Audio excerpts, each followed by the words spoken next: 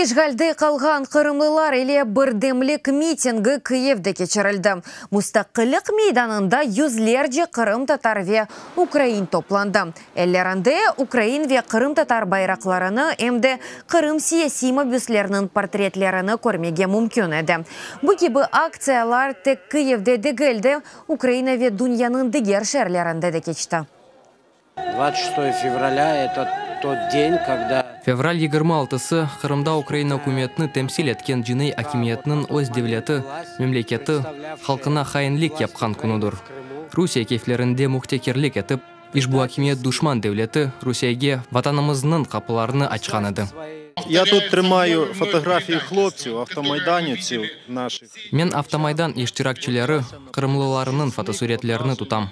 Бу Вася ишғал башланмасындан сон аккера ғайып олған еді. Олежка Сенцов нерде болғаныны әпіміз білеміз. Өзім де Қырымлым. Біздімкелерге де, русларға да, қараманларымыз ақында ұнытмағанымызны көстермек үшін келдім.